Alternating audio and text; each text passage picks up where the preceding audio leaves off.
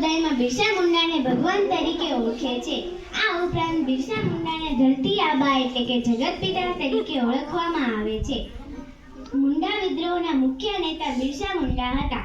ભારત માતાના વીર સપૂત અને અંગ્રેજો વિરુદ્ધ આદિવાસીઓ માટે નેતૃત્વ કરવાવાળા અમર શહીદ બિરસા મુંડાને સાક્ષાત નમન.